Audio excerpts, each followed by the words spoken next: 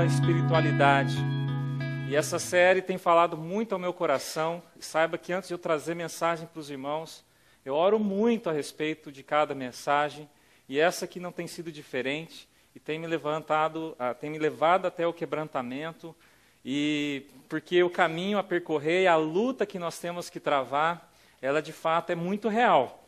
E antes de entrar verdadeiramente nesse assunto, queria começar com a ideia de que muitas pessoas têm perspectivas a respeito de Deus. Cada pessoa tem uma perspectiva diferente de Deus. Alguns olham Deus como um Deus carrasco, como um Deus que julga a terra, que está ali só observando, esperando o momento para dar uma chicotada em quem ele puder e falar, te peguei. Outras pessoas entendem, têm uma perspectiva de um Deus ausente na sua vida, um Deus ausente na história. É um Deus que não simplesmente assiste a história e deixa as coisas rolarem por conta própria. Outras pessoas já veem um Deus da paz, né? Aquele Deus, Deus, ele dá paz e tudo mais.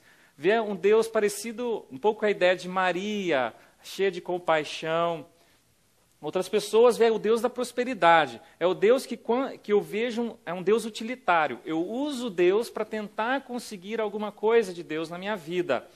E outras pessoas veem Deus como um Deus injusto. De repente, alguma circunstância que aconteceu na vida da pessoa e alguém morreu, ou alguma coisa que a pessoa julga que Deus foi injusto ao permitir aquilo. Todos nós temos perspectivas que nós levantamos a respeito de Deus. Todos nós. E que perspectiva eu tenho de Deus? E eu me perguntei, o que Deus quer de mim? Isso mexe com a minha perspectiva a respeito dele. Essa é uma pergunta tão importante. O que Deus quer de mim? Você já perguntou isso? O que Deus quer de mim? O que Deus quer de mim? E eu tentei formular algumas coisas do que Deus talvez poderia querer de mim. Poderia querer de mim o meu esforço, as minhas atividades, os meus bens, os meus recursos, o meu tempo. Tudo isso Deus poderia requerer de mim. Em algum sentido, Ele requer isso de mim, mas ainda assim eu não cheguei no cerne da questão. Porque eu posso dedicar tudo isso ao Senhor e ainda mesmo falhar. Ainda posso falhar, dedicando tudo isso. E ainda eu não cheguei, então, o que Deus quer de mim? E quando nós olhamos na Bíblia, sabe qual a resposta? Que Deus ele não quer meu tempo, não quer minha atividade. Ele me quer. Deus, Ele quer você. Ele quer você. E aí eu venho com uma segunda pergunta, que também mexe com a estrutura, com a essência da vida cristã. O que eu quero de Deus? O que eu quero de Deus tem a ver com a perspectiva que eu tenho de Deus. Se eu vejo um Deus, por exemplo, como carrasco, o que eu quero de Deus é Ele longe de mim. Agora, se eu vejo Ele como um Deus de prosperidade, eu vou buscá-lo como algo útil para a minha vida, para os meus interesses. O que eu quero de Deus? E quando eu tento responder isso, olhando a minha vida, eu quero de Deus os bens que Ele pode me dar? Eu quero de Deus as atividades que Ele pode fazer em meu favor? Eu quero os benefícios? É lógico que eu quero, não vou negar. Mas é isso que eu quero mesmo, de essência, se eu puder resumir em uma coisa, o que eu quero de Deus, sabe que eu descubro, sabe que todos nós devemos descobrir e sempre sermos desafiados com isso? Que nós devemos querer Deus. Devemos querer Ele. O que Deus quer de mim? Ele me quer. O que eu quero de Deus, eu quero Ele. Quando nós entendemos isso, nós estamos trilhando o caminho certo para a espiritualidade. E o que eu quero de Deus, o que eu quero de mim, são perguntas relevantes, que revelam nossa verdadeira motivação. Ela nos ensina a refletir sobre a essência da vida cristã. Então, nessa série, vão ser uma série de 7 mensagens sobre lutando pela espiritualidade. Semana que vem a gente vai dar uma pausa, é o Dia das Mães, Depois eu retorno com a série. E nessa série, eu quero mostrar para os irmãos a luta que devemos travar em nossos corações e contra a cultura de nosso tempo, a verdadeira espiritualidade. Em busca da verdadeira espiritualidade. Uma luta deve acontecer. E se não existe essa luta, é porque muito provavelmente eu não esteja vivendo a espiritualidade de Deus, a espiritualidade genuína. E Jesus, ele convocava as pessoas para algo sempre mais extraordinário do que o ambiente em que eles estavam vivendo, ou a situação que eles estavam praticando. Ele chamava os seus discípulos, eles chamavam os mestres da lei, chamavam pessoas leigas, chamavam pessoas de grande destaque na sociedade, pessoas simples. Jesus, ele convocava todo mundo a lutar por algo mais extraordinário do que a vida de cada um ali. Ele sempre fez isso. E para mostrar um outro tipo de realidade que era muito maior da qual aquelas pessoas estavam vivendo ali. Ele chamava as pessoas para lutar pela justiça do reino de Deus. É interessante que Jesus, ele nunca usou a palavra espiritualidade. Nunca usou. Ele já usou espíritos, pobres de espírito e tal, mas ele nunca usou espiritualidade. Mas toda vez, irmãos, que Jesus ele fala sobre o reino de Deus, ele quer dar destaque a justamente esse mundo invisível do qual nós devemos buscar em nossa vida. O reino de Deus, na linguagem de Jesus, o reino dos céus, anda junto com a espiritualidade. Então, se nós queremos ver o que Jesus falou sobre espiritualidade, nós devemos entender o que ele disse sobre o reino de Deus, a verdadeira busca que o homem deve ter em seu coração. E Jesus, ele nos chama para uma espiritualidade genuína nas Escrituras. E ele expressa de diversas formas como nós podemos viver isso em nossa vida. E mais do que isso, Jesus, ele respondia o que Deus quer de mim e o que eu quero de Deus com o seu estilo de vida, com as coisas das quais ele optou e fez. Ele respondeu essas perguntas fundamentais ao vir ao mundo e viver como ele viveu e cumprindo a missão como ele cumpriu. E o reino de Deus é usado para trazer essa linguagem, para trazer um despertamento ao povo de Deus, aos discípulos. Então nós vamos parar um pouco por aqui, eu vou falar o que é espiritualidade. Talvez você falou, já ouvi essa palavra, o que é isso? Bom, basicamente, se você pegar um dicionário, o sentido abrangente geral dessa palavra é a pessoa que busca pelas coisas espirituais, né? Pessoas que buscam alguma coisa que está além do físico e do material, algo talvez invisível, que está relacionado ao espírito. Agora, existe uma definição mais clara, mais profunda e que se encontra respaldo na palavra de Deus. Espiritualidade, olha só que interessante, não está relacionado, quando olhamos para a Bíblia, com as nossas práticas, atividades e coisas. Espiritualidade, quando olhamos na Bíblia, não é uma questão de fazer, não é uma questão de vir na igreja, não é uma questão nem mesmo de fazer devocional, não é uma questão de fazer jejum. A espiritualidade, quando olhamos na Bíblia, é uma questão de ser, não fazer. E ela começa com o desejo de ver e estar com Deus. A espiritualidade é algo que não é inerente a nós. Não está dentro de mim, não está oculto em mim. Eu tenho que desvendar isso e tirar para fora. Ela não começa em nós, a espiritualidade, porque nós não a temos. Nós temos o Espírito, mas a espiritualidade está em Deus.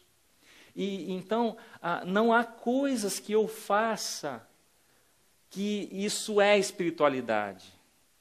Gente, quando a espiritualidade não começa com Deus, ela começa com as minhas atividades, até boas intenções, ela vira ritual, ela vira cerimônia, ela vira uma religião seca, uma busca vazia. Então, o que é de fato essa verdadeira espiritualidade que nós devemos lutar, que não quer dizer o que eu faço, mas que eu sou? E é muito interessante que Jesus, ele falou sobre isso. Sabe o que Jesus falou?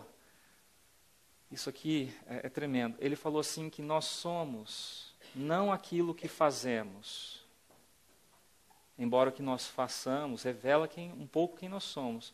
Mas nós somos aquilo que nós amamos. Nós somos aquilo que amamos. Você quer ver Jesus dizendo isso nas palavras dele, que são muito melhores do que a minha?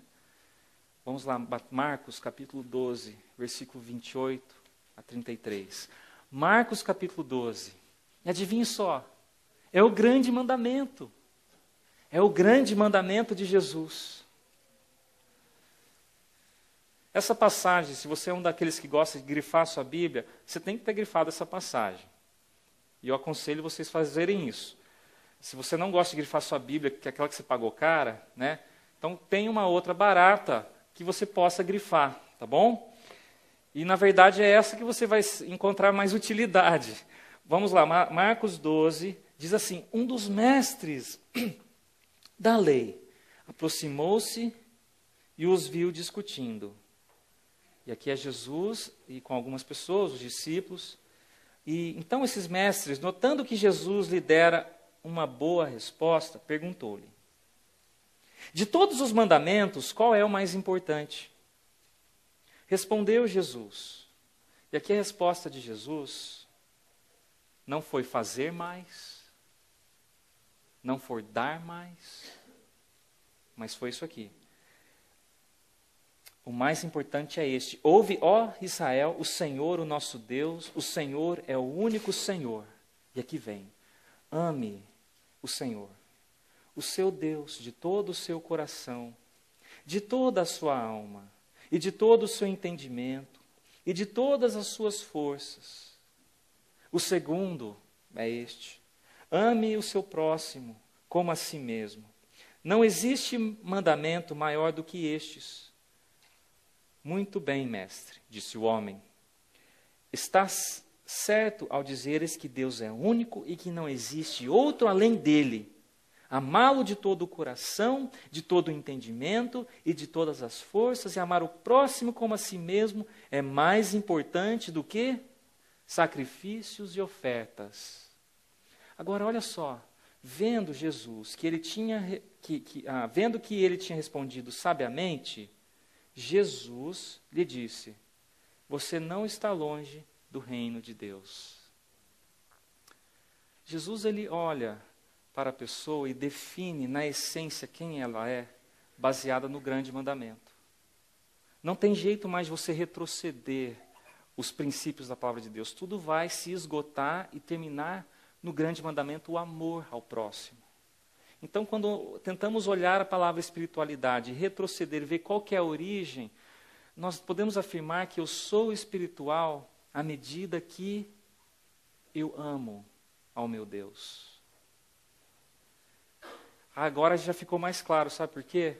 Porque eu posso fazer atividades para Deus, eu posso louvar a Deus aqui em cima, eu posso dar todo o meu dinheiro ao Senhor, eu posso fazer tudo isso e mesmo assim não ter espiritualidade. Porque espiritualidade não é o que eu faço em essência, mas é quem eu sou, e aqui eu sou aquilo que eu amo. Eu sou aquilo que eu amo. Então a espiritualidade é despertada com o desejo de ver estar com Deus, amar a Deus. Tem que haver esse desejo. Não adianta eu ficar falando lutar pela espiritualidade se não existe esse desejo em nós. E agora, para muitas vezes esse desejo acontecer, é preciso Deus nos levar à estaca zero. É o que nós chamamos o momento em que Ele mostra que todas as nossas opções de vida não levou a nada, estamos num buraco. É o momento do quebrantamento. E para amarmos a Deus de todo o nosso coração, Ele precisa pegar o nosso coração e tirar as suas ligações com outras coisas, para Ele ser completo. E é por isso que muitas vezes Deus não responde a sua oração. Não desse jeito que você quer, ou na hora que você quer. Porque o seu coração está ligado a coisas e atividades da qual Ele pode dar para você. E não que elas necessariamente sejam erradas, mas o que Deus mais quer de você, e o que Ele mais quer que você queira dele, não é isso, mas é Ele mesmo. é Ele mesmo. Então, a espiritualidade, ela chega diante de Deus com uma motivação muito pura. E nem sempre nós estamos ali. Mas Deus quer nos levar a esse lugar constantemente, momento a momento. Então, amar é conhecer a Deus. Amar é conhecer a Deus. Não se pode conhecer a Deus simplesmente com boas intenções. Não se pode conhecer a Deus com boas informações. Os mestres da lei, eles tinham excelentes informações. Interpretação um pouco distorcida, mas eles tinham. Não se pode conhecer a Deus baseado nisso. E tem que haver o ingrediente amor ligado a isso. Amar é conhecer a Deus porque Deus, Ele é amor. E é por isso que toda a espiritualidade deve nascer no amor de Deus.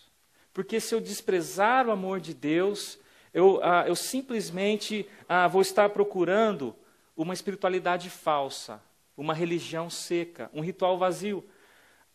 Isso nós enfrentamos. Nós temos de lutar contra isso quando vimos até mesmo a igreja. Porque aqui nós professamos o nome de Jesus. E eu sei que você vem aqui com um desejo de sede. Mas às vezes você quer procurar isso e falta o ingrediente de você amar a Deus. E às vezes falta o ingrediente de você amar o próximo também. Às vezes existe algum conflito que você não resolveu, alguma panelinha que tem que ser quebrada. E aí você vem à casa do Senhor e você quer ser espiritual, mas adivinhe só, sem o amor, o seu ir à casa de Deus se tornou uma cerimônia vazia. Pastor, eu fui na igreja e não senti muita coisa hoje. Ame ao Senhor de todo o coração, de toda a sua alma, de todo o seu entendimento. Então a verdadeira espiritualidade, ela começa com o desejo de ver Deus, estar com Deus. O que Deus quer de mim? O que eu quero de Deus? Você sabia que as pessoas hoje nem têm tempo para parar e pensar sobre isso? As pessoas não querem ficar pensando nisso. As pessoas não conseguem nem responder essas perguntas, porque elas estão muito ocupadas com o quê? Com as suas coisas e com as suas atividades. A verdadeira espiritualidade hoje, ela está marginalizada. Ela está sendo confundida, até mesmo no meio evangélico, porque as pessoas não querem saber o que Deus quer delas, mas sim que Deus as ajude a manter suas próprias coisas e atividades funcionando. E usa até a igreja para isso. Buscar, em primeiro lugar, o reino de Deus não é tanto uma questão de fazer também. Já houve esse diálogo antes entre grandes estudiosos da Bíblia, homens piedosos. Explica para mim, o que é buscar o reino de Deus? Existe alguma coisa que eu faço que exprime com excelência isso? Não, eu vou sair pelo mundo evangelizando todo mundo. Isso é buscar o reino de Deus? Envolve, mas ainda não é isso. É mais do que isso. Então eu vou dar tudo que eu tenho e, se quiser, eu morro como mártir. Envolve isso se preciso, mas ainda não é isso. O que é viver o reino de Deus? Então não é, aqui está a resposta, não é uma questão de fazer, mas é uma questão de ser. Eu vivo o reino de Deus à medida que eu aprendo a amar a Jesus. Porque daí eu sou. Aí eu conheço quem Ele é. E é interessante que essa palavra espiritualidade, ela está sendo muito reconhecida no meio secular hoje. Ela está, uma palavra que está sendo usada muito, não só no meio evangélico. Empresas estão usando essa palavra. Conversas de pessoas que nem frequentam a igreja, elas falam, olha, eu tive uma experiência espiritual. Não, eu tive esse momento espiritual que eu passei. E é interessante isso, porque a humanidade tem reconhecido que existe uma leitura mais profunda do que a superficialidade do raciocínio. Existe uma leitura mais profunda do que o que esse mundo está me oferecendo hoje. É interessante que o nosso mundo hoje, olha só, é um mundo desiludido a respeito de ideias absolutas, de verdades absolutas. É um mundo desiludido a respeito do que a ciência pode fazer para nós. como o bem maior. Ela viu na história o que a ciência causou e as suas consequências, como, por exemplo, o homem criando a bomba atômica. E olha só o conhecimento dele.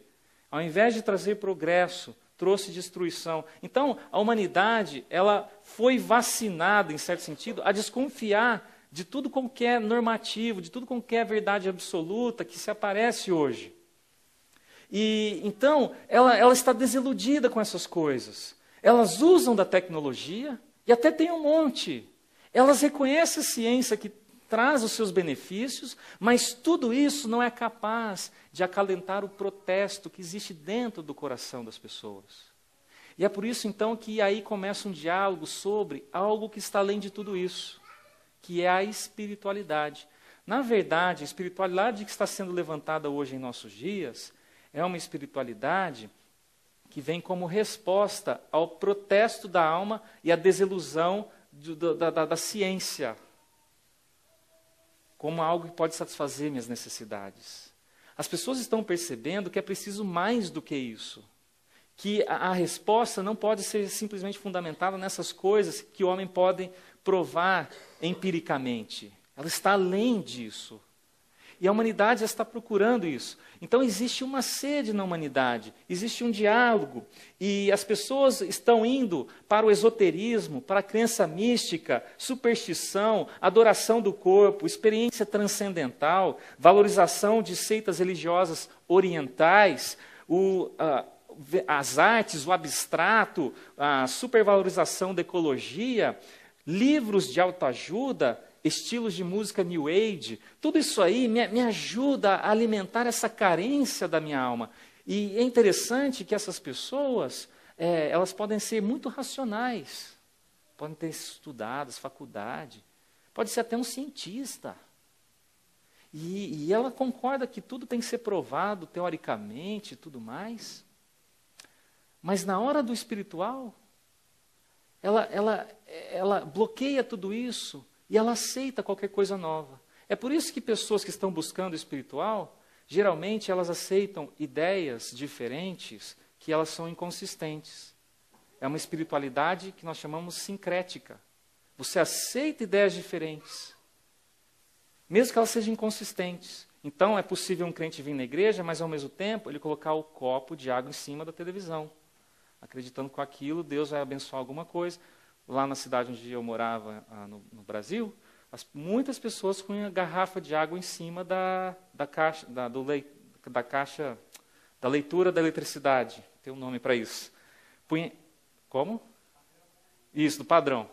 Punham ali, acreditando que aquilo iria diminuir a conta de luz. É verdade. E pessoas até que vão à igreja, que declaram que isso é verdade.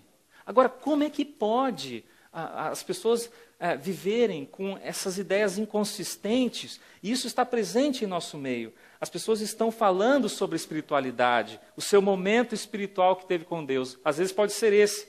Olha, eu estava lá em casa, vida difícil, pensando assim, sabe? E de repente, eu olhei na janela e veio um passarinho. Olha, o passarinho, ele pousou no fio. Mas o jeito que ele pousou me trouxe uma segurança tão profunda de que eu não precisava também ficar preocupando com essas coisas. E olha, que maravilha, não é? Então, assim, são as ideias abstratas, os sentimentos não podemos negar, mas são totalmente sem fundamentos.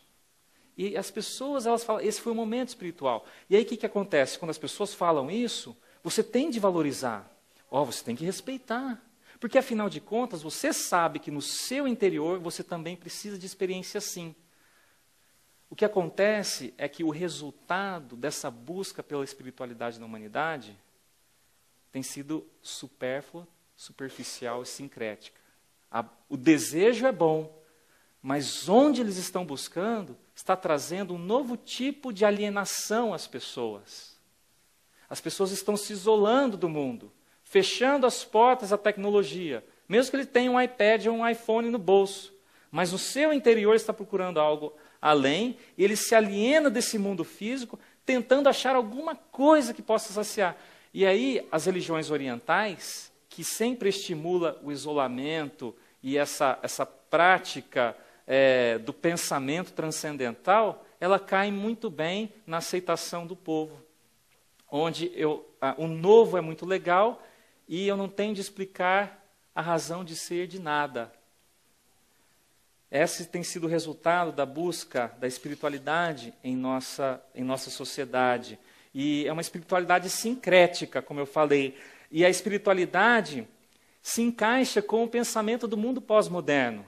Veja bem, as pessoas estão procurando espiritualidade não porque elas estão preocupadas com o que Deus quer de mim, ou preocupadas o que vai ser a minha vida após eu morrer. Não são esses os pensamentos que estão dirigindo as pessoas à espiritualidade. O que está sendo dirigido é o algo novo, o algo que vai tentar satisfazer essas coisas que a tecnologia não me ofereceu. E aí, tudo que se encaixa no não racional deve ser aceito e não questionado. Aí depende da escolha de cada um.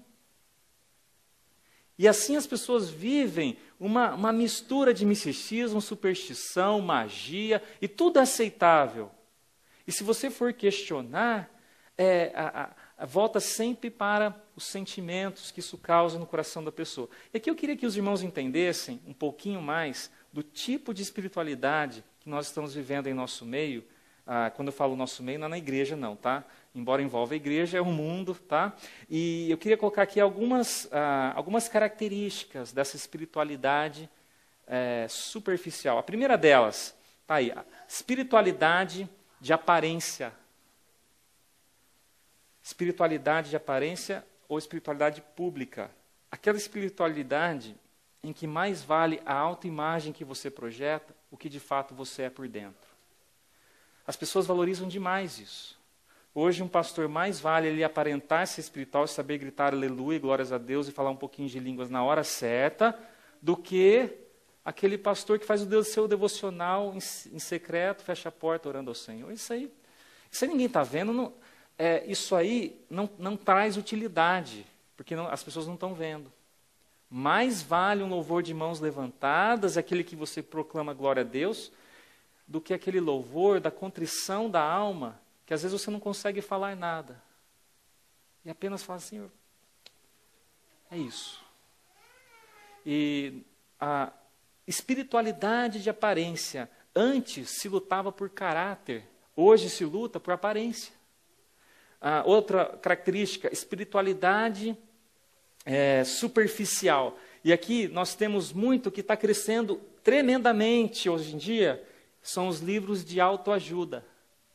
Quantos aqui já leram o livro de autoajuda? Eu já li. São livros de autoajuda. Geralmente puxam muito para a psicologia. E esses livros têm crescido tremendamente nas livrarias. A busca tem crescido muito. E as pessoas estão com sede de buscar algo que a ciência não está explicando. Então eles vão para o livro de autoajuda. Só que tem um problema, os livros de autoajuda, eles não são fundamentados, a maioria, na fé cristã. E é interessante, ele nunca chama pecado de pecado.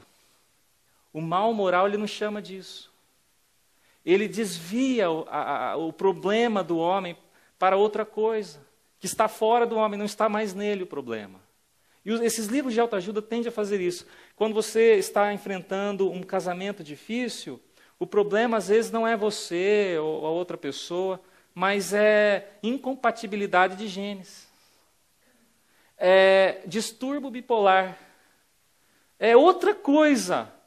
Mas é uma coisa assim que eles tentam explicar e para te ajudar a conviver bem consigo mesmo. Mesmo sendo pecador, e mesmo nem reconhecendo Jesus como Salvador. E essa espiritualidade, ela é superficial. A espiritualidade que encontramos em muitos livros de autoajuda. Temos também espiritualidade emotiva. A tendência das igrejas neopentecostais, com sua frágil consistência teológica. As pessoas, elas vêm à igreja e o que mais elas querem a emoção à flor da pele. E tudo tem que favorecer a isso. Não sou contra a gente sentir emoção. Quando Jesus fala que nós devemos o amar de todo o coração, de toda a mente, de toda a alma, envolve emoção. Mas a emoção não deve ser o que dirige a minha vida. E a teologia é racional, eles dizem. Olha, teologia é racional. Agora, a espiritualidade é mais do que racional. A espiritualidade vem de Deus. Eles falam assim. Por isso, eles conseguem defender uma espiritualidade sem a consistência teológica. Afinal de contas, o racional limita o homem. Então, vamos ser espirituais. Então, se você fala, mas irmão, a palavra do Senhor fala e está claro. Está aqui, ó. Irmão, isso limita o espiritual. Então, eles não conseguem conciliar aquilo que é espiritual com a verdade teológica. A espiritualidade genuína é aquela que anda junto com a teologia, sabia disso? Eu não sei o que aconteceu, que as pessoas, talvez foi culpa das igrejas conservadoras, que de tanto defender a verdade, as pessoas aí fora olham para nós como aqueles como se a teologia fosse contrária à espiritualidade. Eu não sei quando isso aconteceu. Aliás, até sei. Depois da Idade Média, o homem passou a ser valorizado pela sua utilidade, não pelo que ele é. Assim, hoje no nosso mundo, um teólogo não significa mais alguém que anda com Deus, mas alguém que cumpriu o currículo acadêmico, se formou, e não tem nada a ver hoje teologia, no sentido secular, com oração. Então as pessoas nesse mundo olham para os teólogos e falam, não, esses não são espirituais. Mas essa é uma ideia contrassenso. Porque teologia, ela anda junto com devoção. Conhecer a Deus com orar a Deus. Não há separação. A melhor espiritualidade é a que anda junto com teologia. E outra característica, espiritualidade funcional. Hoje as pessoas valorizam mais o título que você tem do que você é. Os relacionamentos são utilitários. Se o relacionamento traz algum benefício para mim, eu quero esse relacionamento. Então, a espiritualidade funcional é a mesma coisa. Eu uso a espiritualidade para o meu benefício. Se ser espiritual me traz boa reputação, e eu quero usar desse benefício, ela está me funcionando muito bem. Não é porque eu tenho desejo de fazer o que Deus quer para mim. E eu trouxe uma citação de Ricardo Barbosa de Souza. Olha o que ele diz. Interessante. Temos hoje ferramentas técnicas para fazer uma igreja crescer. Para organizar um programa de discipulado em 5 ou 10 lições. Para tornar um casamento feliz e bem-sucedido. Para melhorar o desempenho sexual. Recursos técnicos para adoração e para criar amigos apenas mostram quanto temos nos tornado tecnocratas, impessoais e alienados, obcecados com o resultado e a funcionalidade. E isso vem também no ramo do pastoreio, as pessoas olham o pastor e surgem perguntas. Quantos membros tem sua igreja? Ninguém está preocupado se eu estou andando com Deus. Se Deus me deu um grupo que não deve ser mais do que esse por enquanto. Deus quer assim, pronto. Ele quer ver o quê? O glamour. A espiritualidade virou aquela espiritualidade jornalística. Sabe como é o jornal? Só quer trazer aquelas coisas novas, glamorosas e que causa fascínio às pessoas. E é esse tipo de espiritualidade que nós estamos encontrando na igreja, em muitas igrejas. Resultado, essa espiritualidade ela não atinge a complexidade da alma. Caminhe comigo mais um pouquinho, tá? Eu sei que eu estou trazendo muitas informações. A espiritualidade é também desintegrada. Ela divide a vida em compartimentos. Então, eu tenho meu trabalho, e eu tenho a minha vida, eu tenho o meu sustento, mas eu também tenho meus momentos espirituais. Uma coisa não se confunde com a outra. Então, uma hora eu posso ser isso porque me convém, essa hora é a hora de eu ser espiritual. Mas nessa hora da minha vida, eu não preciso ser mais espiritual, e aliás, até é inviável ser espiritual nessa hora, então eu sigo com esse meu caminho. E ela é um conhecimento que não se associa à experiência. Eu me formei, eu tenho esse conhecimento. Na hora de viver, aí é outra história. E aqui eu estou vivendo, tendo uma experiência assim, mas na hora de revelar o meu conhecimento, aí é outra história. Não existe conciliação. Espiritualidade individualista. O que me é conveniente, eu faço. E é uma visão que entra dentro da igreja. Eu vou a atividades da igreja que me geram bem-estar e entretenimento. E ir nessas atividades é ser espiritual. É uma espiritualidade individualista porque também não busca o benefício coletivo. É sempre olhando para si. É sempre o que é melhor para mim. E cada um vive a sua espiritualidade isoladamente dentro da igreja, sem compartilhar isso, sem redundar em amor. Mas é uma falsa espiritualidade. E por último, como eu já mencionei, essa espiritualidade é uma espiritualidade sincrética, onde cada um começa a buscar a sua própria ideia do que é isso e como obter isso. Onde está o escape, irmãos? Estou terminando. Onde está o escape? A verdadeira espiritualidade. Como a nossa alma pode sair dessa prisão de que a tecnologia, a ciência não consegue nos satisfazer, a gente clama por isso. E como eu vou combater e desviar de tantos modelos errados de espiritualidade que temos ao redor? Como eu faço isso? Jesus, ele nos trouxe a resposta. E é esse versículo. Ame o Senhor, o seu Deus, de todo o seu coração, de toda a sua alma, de todo o seu entendimento e de todas as suas forças. É esse tipo de espiritualidade que nós devemos lutar. Eu convoco os jovens aqui, os adultos, as crianças, todos eu faço um desafio. Que vocês hoje lutem pela verdadeira espiritualidade.